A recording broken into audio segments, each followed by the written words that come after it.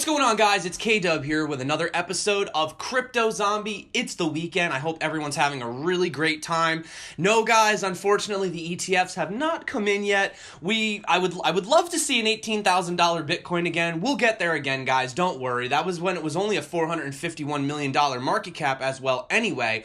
But that being said, I want to say thank you so much to everybody that's been liking, subscribing, and commenting. You guys are freaking awesome. You're the reason that I do this every single day. If we have a look at the actual market, well, you'll notice that Buy Box token is doing very well again today. So we are at a $340 billion valuation. Now, we have dropped $5 billion. It is the weekend, but what I'm noticing is there's kind of been this like exchange token kind of thing going on, right? Like first we saw Binance pump, then we saw Huobi pump, now we're seeing Buy Box, but look, also Ethos as well. So that's interesting.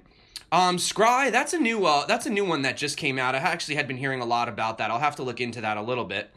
So yeah, if we go back to the main market, you're looking at a $7,600 Bitcoin, kind of up and down across the board, green and red. So not going to bore you guys with all that.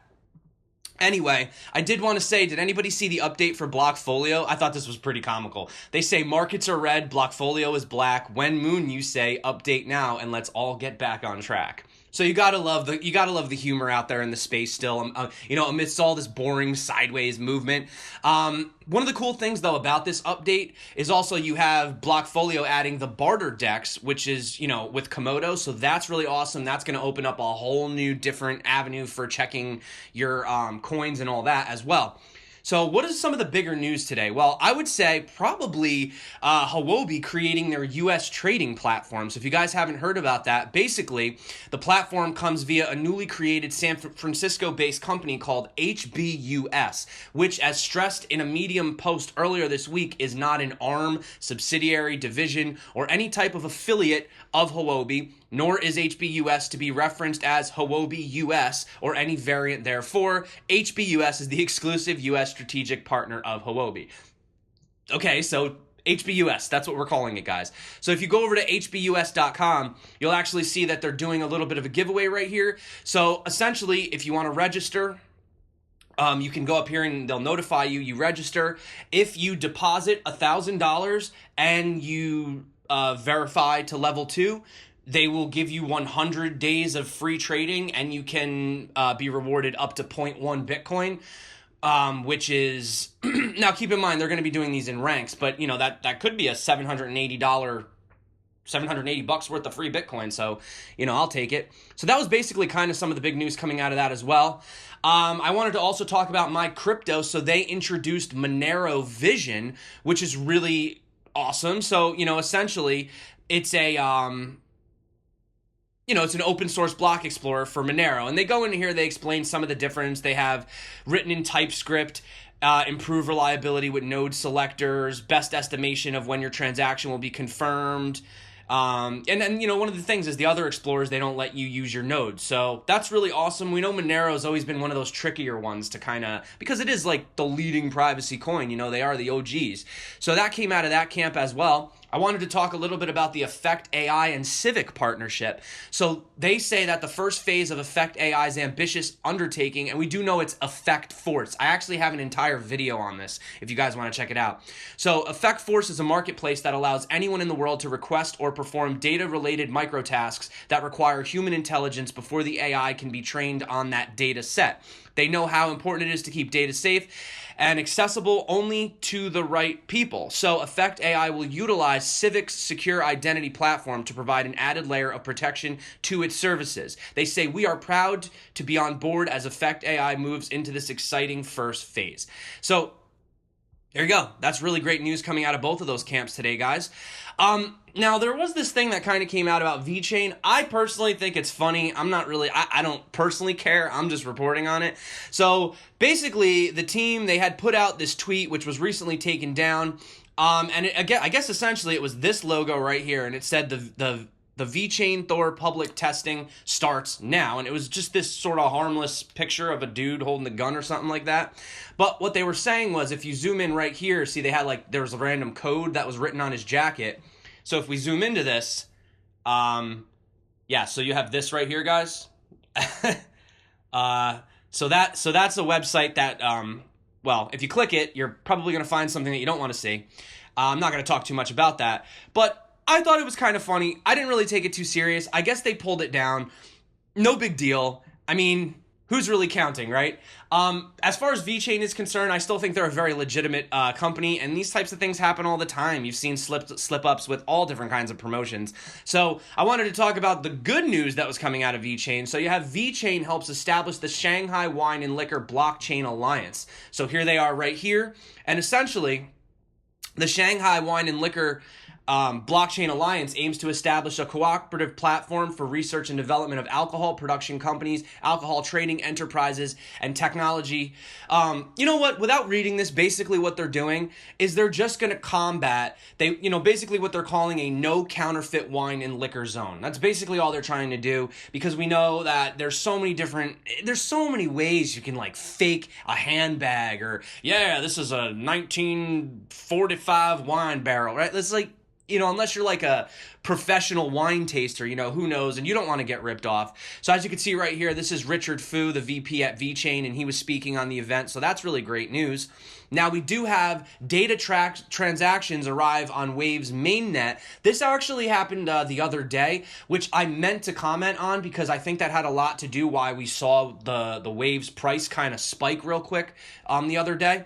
So, basically in a nutshell, the data transactions essentially allow anyone to post data in different formats to the blockchain, and now crucially supported on Wave's mainnet. So as explained by the Waves team, each value has a data type associated with it, and 4 data types are currently supported. So you have Boolean, integer, byte array, and string. So that's, if you're into that kind of stuff. For me, this is over my head. But further types will likely be added in the future. Furthermore, subsequent transactions using the same key can overwrite, supersede previous data transactions, though there is no way to erase them. So, we already know that blockchains have these, immutable records and all this other stuff. So basically, they were just like, this is how we're going to expand upon it, and this is what we're doing. So I guess that's why the price was spiking the other day. We also do have a partnership, again, coming out from Icon with Carboneum, which is looking to launch very soon as well. So they say that Carboneum, for those of you who don't know, it's a decentralized infrastructure and protocol for social trading, leveraging blockchain to promote transparency, automation, and a fair fee mechanism, which are missing in social trading systems today. They say our team is an existing 500 startup-backed company, which boasts a revenue-generating social trading app of over 680,000 downloads and a joint service with Line with over 4.8 million users. So that's really more great news coming out of Icon. I don't understand why the price does not reflect all these partnerships, but we will see moving forward. You also have the grand opening of Walton Blockchain Institute. So here they are right here. So basically, the Waltonchain Foundation has set making contribution to a society as one of its development goals, and thus has established the non-profit Walton Blockchain Institute. So this institute is essentially just going to help people to, learn blockchain, get better with blockchain. And also they're also going to be helping startups as well, I believe. Yeah, it not only trains blockchain related talents, but also provides support and help for startup companies. The Institute will provide office space as well as venture capital for startups with innovative ideas. And you can see right here, here's like the offices. Looks really nice. They got the logo up there on the wall and everything. So that's pretty cool, guys. Also, let's talk about the $700 million Bitcoin mining farm coming to upstate New York. That's pretty crazy. One of the cool things that I read about this. So by the way, guys, this shows you adoption. I mean, if people are putting $700 million today in these markets into setting up a mining farm, you guys know that they're still bullish on this, and they're still serious about Bitcoin and the whole space as a whole. But the one thing I wanted to point out was, so CoinMint, that's what they are. So basically, they say that Messina's access to cheap power sources such as hydroelectric and wind will help keep the mining costs down. So that's really cool. They're going to be trying to utilize, hydroelectric, wind, and stuff like that, because we know that Bitcoin is just so energy it just sucks all the energy up. Let's just say that. So also you have Horizon State Blockchain, They're saying it soon can be bigger than Bitcoin's with millions of users. So the Australian-based Horizon State has just signed a deal with one of the largest social organizations on the planet to roll out its blockchain-infused voting platform. So the NU, which is Nadatul Alamu, I can't say that, so let's just refer to it as NU, has a membership of 96 million, with over 50 million of them in Indonesia, the largest Muslim population country in the world. So there you guys go. That's really more coming out of Horizon State. We all know blockchain is great for things like this, voting and consensus, right, overall. And then we also have this that came out from IOHK. They basically had this video right here, and they say, we believe that Cardano is not just a development project, it is a distributed system, it is a social science, it is a political movement, and among other things, it is also a design challenge. And basically, they had this, now it's not a rebrand, they're calling it a brand refresh. So basically, it's like the Cardano logo, but it's like, it's inside of this, like sphere now, and they kind of even adopted that over with the roadmap. As you can see, they have this going here, and then they have their countdown to the next release. So that's kind of what came out of Cardano as well. I also wanted to just give a shout out to Chico Crypto for actually being retweeted by Elastos. He's been doing a really, really great job lately with all of his Elastos coverage. In fact, every time I want to go make a video on Elastos, he basically just does one as well. So you know what? Just go follow him. He's doing a little bit of a series where he's like, it's called Breaking Down the Blockchain, and every so often he's breaking down different components of different blockchains. And currently, right now, he's focusing on Elastos. So shout out to you, Tyler, man. I really appreciate all the videos you've been putting out lately.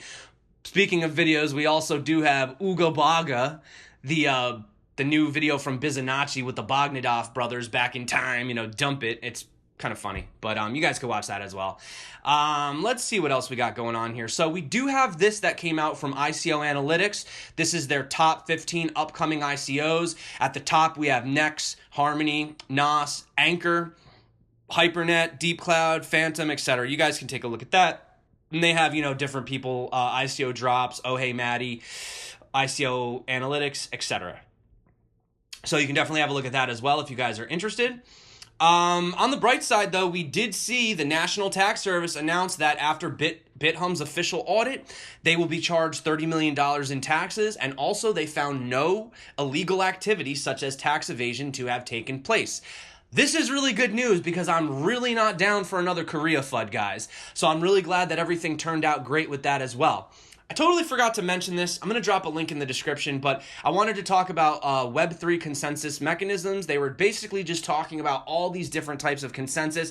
We know proof of work, proof of stake. Some people don't exactly understand, Byzantine fault tolerance. There's all different types of things in here. So you can see they have practical Byzantine fault tolerance, federated Byzantine agreement. Then you have DAGs, or direct acyclic graphs, distributed hash tables, DHTs, proof of location. Okay, there's all different kinds in here. So for people that are interested in all of these consensus mechanisms, I will drop this here. This is one of those things. They're really, really great reads, moving forward.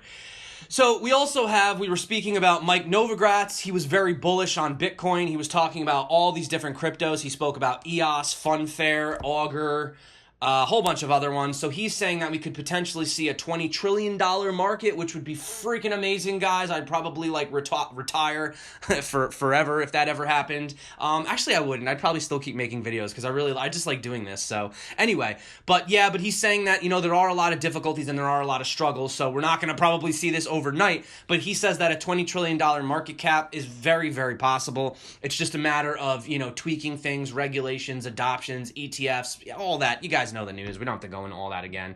So we did also speak about Bitcoin trading in Venezuela is still skyrocketing, even from the other day, amidst their 14,000% inflation, which, guys, I can't even imagine that. That reminds me of, those old pictures of, you see the guys, going to the bank with wheelbarrows worth of cash, and, by the time they get to the bank, it's not even worth what it was when they left their house. That's serious. You guys can, look up pictures of that. But look at this chart right here. Look at this. That's insane. Look at the weekly Bitcoin trading volume in Venezuelan bolivars. Boom. Wow. Now, if that's not adoption, guys, I don't know what is. Speaking of adoption, really quick, rapid fire, we have Alipay's parent company securing $14 billion for blockchain development. Not really much else to say about that. we have Potcoin, which is like a marijuana-based coin, apparently in discussions with helping to represent Dennis Rodman in an effort to sponsor a trip that he's taking to U.S.-North Korea summit in Singapore next week. So I think that's really funny. I guess apparently they saw a little bit of a spike because he was wearing a... What was he wearing? He was wearing like a t-shirt or a hat or something like that. He was wearing a logo. Oh, on a shirt, yeah. And I guess the price kind of spiked after that, so they wanted to like work with him to kind of support him on this sponsored journey. Then you also have so you have in Connecticut, the governor of Connecticut signs a blockchain working group bill into law. The bill accordingly passed both So actually what's crazy is this was a unanimous vote. So this is going to help make Connecticut a leader in blockchain technology. And the bill says that the working group shall include no less than 5 members who obtain knowledge and experience in blockchain, et cetera, to help identify economic growth, develop opportunities. Yeah, so whatever, guys. That's really awesome as well. You guys can read that if you want. And if we move on, I wanted to talk about this. So this is from the game Monopoly.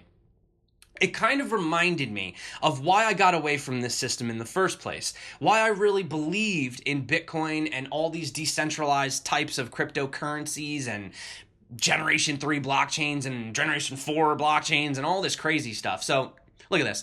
What if the bank runs out of money? Some players think the bank is bankrupt if it runs out of money. The bank never goes bankrupt. To continue playing, use slips of paper to keep track of each player's banking transactions until the bank has enough paper money to operate again. The banker may also issue new money on slips of ordinary paper.